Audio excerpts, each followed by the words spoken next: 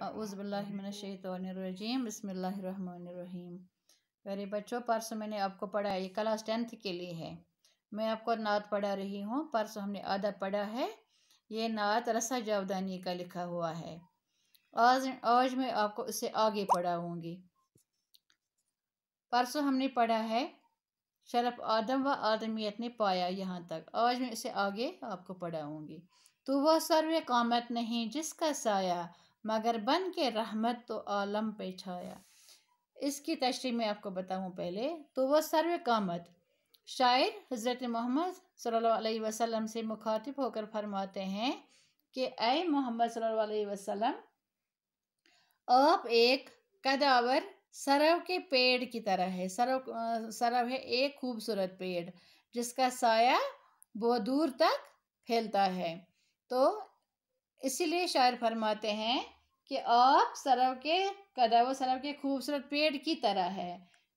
अगरचे आपका साया जमीन पर नहीं पड़ता था, मगर आप पूरी दुनिया पर रहमत बनकर छा गए।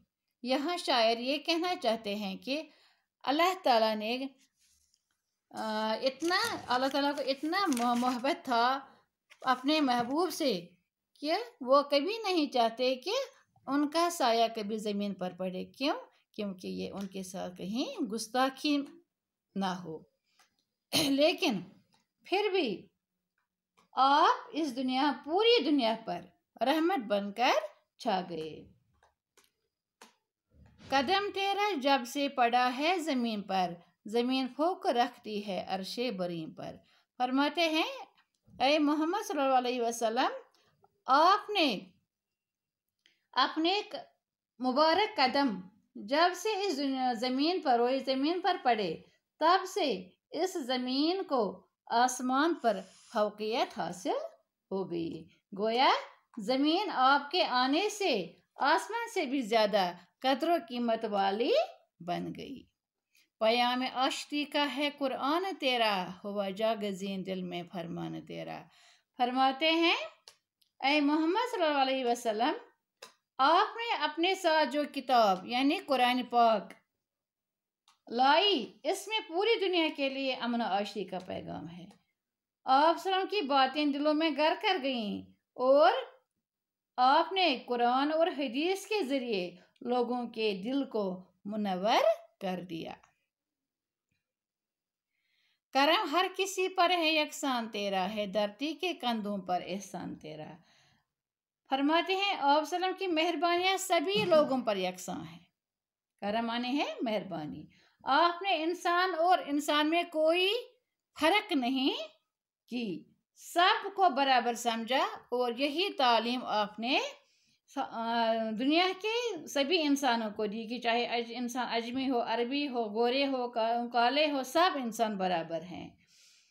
जो शफकत मुसलमान के हाल पर है, वही गैर मुस्लिम पर तेरी नज़र है।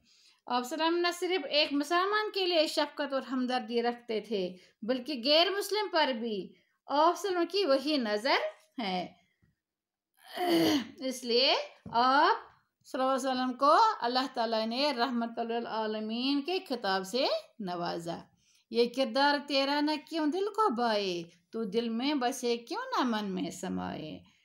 जब आपका रुतबा इस कदर अजीम है और आपका किरदार इतना बुलंद है, तो फिर आपको लोगों के दिलों में क्यों ना बस जाए।